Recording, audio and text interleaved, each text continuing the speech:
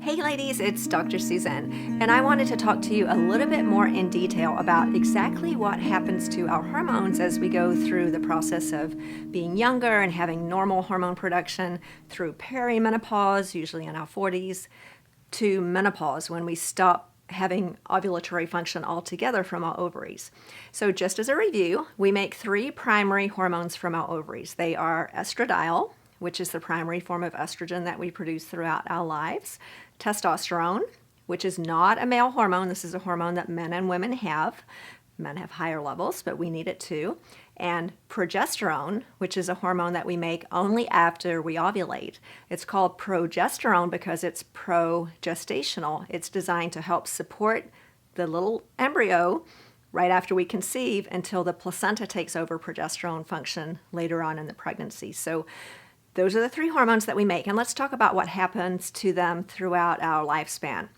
Well, first of all, when we're little children, our ovaries are not kicked into function yet, but as we know, when we go through puberty and we start having periods, our pituitary gland turns everything on so that we start ovulating, we start releasing eggs. And when we release eggs, we produce estrogen throughout the cycle.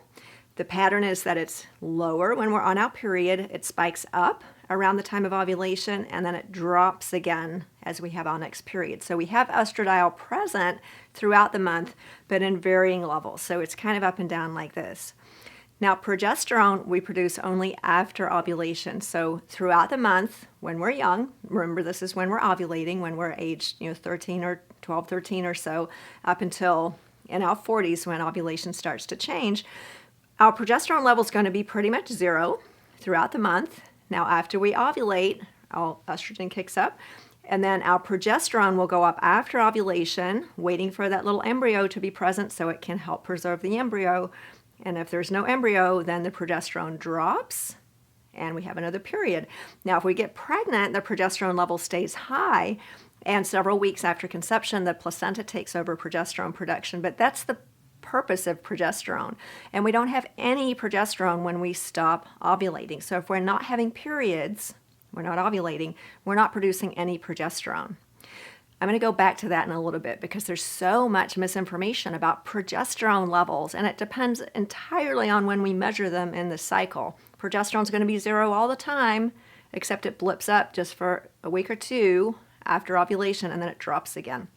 And then thirdly, testosterone is produced pretty evenly throughout the cycle. It's not related to ovulation, so we don't see these big ups and downs throughout the month, but it does have a slow decline starting at about age 25 or 30. It's going to start to drop slowly over time, so it doesn't drop off a cliff with menopause like the other hormones do.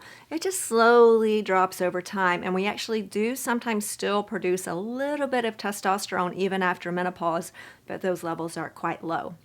So, going back to what happens with our hormones, when we're in our 40s, maybe we're still having periods. It depends. Sometimes we stop having periods even earlier than our 40s.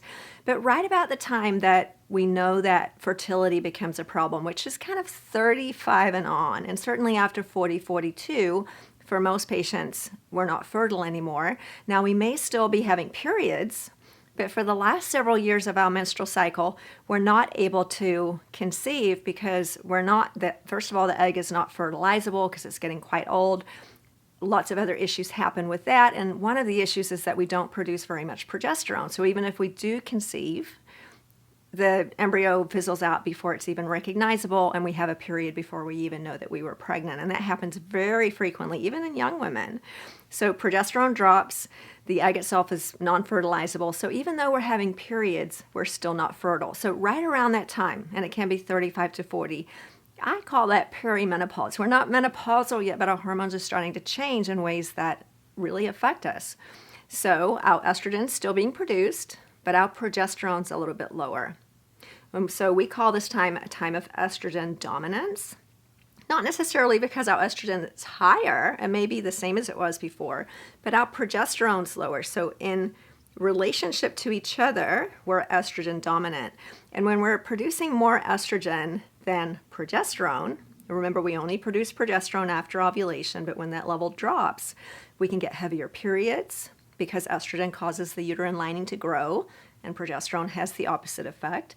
So heavier periods, more breast tenderness, more water retention, weight gain around the middle. Any of that sound familiar? These are the typical complaints of a perimenopausal woman.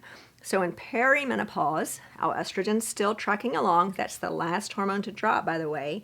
But our progesterone is lower, and our testosterone, remember, has been on a slow decline all of this time. So for perimenopausal women who are still having periods but not feeling the same, we're moody, we're gaining weight, we're not sleeping. That's a huge effect of progesterone, is disruption of sleep. We can lose our sex drive because our testosterone's dropping. We can start losing muscle mass. We can have lots of symptoms well before we stop having periods. And that's what's going on in perimenopause. So our perimenopausal patients are lacking in progesterone and testosterone for the most part. But how do we know that? Well, we have to check your hormones and see.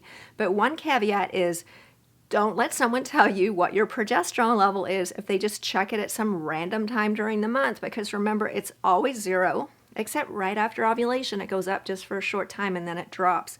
So I always get frustrated when patients come in and they say, oh, they said my progesterone was zero. Well, of course it was, because it was on day 10 of your cycle. We count day 1 being the first day of your period.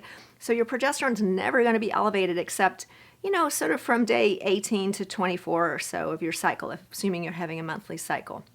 So checking progesterone is very much dependent on where you are in your cycle if you're having periods. So usually I don't even check it because it's going to come back at zero for the most part. We know, just based on this is what happens to everyone, that your progesterone level drops as you get older. That's why we can't get pregnant anymore, one of the reasons. So checking progesterone's kind of useless, honestly. But, sometimes it does help to see that it is low or zero. That might just confirm what you already knew in your mind. So we know testosterone's lower, progesterone's lower. So what are the treatments for these perimenopausal symptoms? Well, guess what? Progesterone is great to take. I take it every night myself. It helps you sleep. It helps with moods, makes your period lighter, helps with that bloating, all of those estrogen-dominant symptoms. We would not want to give you estrogen in this period of time, even though it's fluctuating. If I gave you estrogen during the times that it's high, you're going to have breast tenderness, water retention, all that yucky stuff. So we definitely don't want to give estrogen to a perimenopausal woman. That's just going to make things worse. But be careful, because if someone checks your estrogen during your cycle or in the few days before or after, your estrogen level might look really low, because remember, it fluctuates. So I've had patients who've been told they need to take estrogen even when they're perimenopausal because they had a blood test on that slice of time, that little moment in time, their estrogen was low, but over the month, it's not low. So be really careful to make sure that you know when you're checking your hormones in relation to your cycle, assuming that you're having periods. So what happens throughout our 40s is our estrogen stays pretty stable, although the fluctuations might get more apparent so that there's higher highs and lower lows. We're still making plenty of estrogen. But our progesterone's low, as I mentioned, and our testosterone's low. So a great treatment for those perimenopausal symptoms is a little bit of testosterone, which most of you know I prefer in pellet form. The reason for that is it's bioidentical testosterone that's delivered evenly every day, 24 hours a day, throughout a 3 to 4 month cycle. You don't have to put anything on every day. It just makes it easy. So I have a pellet in my bottom, tiny little things the size of a grain of rice that go underneath your tissue, usually in the bottom or where we have some fat. And that can help support your testosterone level throughout the month to help with energy, help with muscle mass, sex drive, all of those things that often go away. And then frequently I also give patients progesterone to help with sleep, to help their cycles to be shorter, periods less heavy, water retention, all of those things that come from having too much estrogen and not enough progesterone. Now, it's a moving target, of course, because as we get closer to menopause and then we stop having periods, then our estrogen drops too. So at that point, we do replace estrogen. So what's really important, I think, for people to understand, for women to understand, and we're not taught this about our own bodies, is that those 3 hormones don't all disappear together. It's not like our hormones are all perfect and then one day we go through menopause and they're zero. They actually decline at different levels, as I've described, so we need to replace them at different times. So initially you might need progesterone, you might need testosterone, and then eventually you'll need all 3, like me. If I were not taking any hormones and I'm 54, all 3 of those would be zero. But when I was 45, I had high estrogen, low testosterone, low progesterone. As I mentioned, some patients do continue to produce testosterone from their ovaries even after menopause, but how would we know? Well, we have to check your hormones. So get your hormones checked, and I hope that helps you to understand a little bit about what happens to your hormones as you go through this journey. One of the most important things is to find a provider who will go on this journey with you, because it's a changing, fluctuating pattern. You are a moving target if you're in perimenopause, and all those symptoms are going to change. So what's good for you right now is going to be different next year. So there's no cookie cutter one-step approach where we give the same thing to everybody. Not at all. It depends exactly on where you are in the menopause spectrum. And there's no way to know that without checking your hormones and then listening to you describe what your symptoms are. So usually if it walks like a duck and quacks like a duck, it's a duck. So if you're having those symptoms and you're perimenopausal, chances are a big part of it is from hormonal change, which can be addressed so that you can feel better, because you deserve to feel great. So you can check us out at CompleteMidlifeWellnessCenter.com or drsusan.com. I'm happy to help you, or find a provider that knows how to address your hormones during perimenopause so that you can feel better. So if you have a question that you'd like to ask me about perimenopause or anything else, you can submit that to drsusan.com/ask, and we might consider your question so that you can ask that to me live on our new YouTube show, Ask Dr. Susan Live. So hope to hear from you, and I will talk to you soon.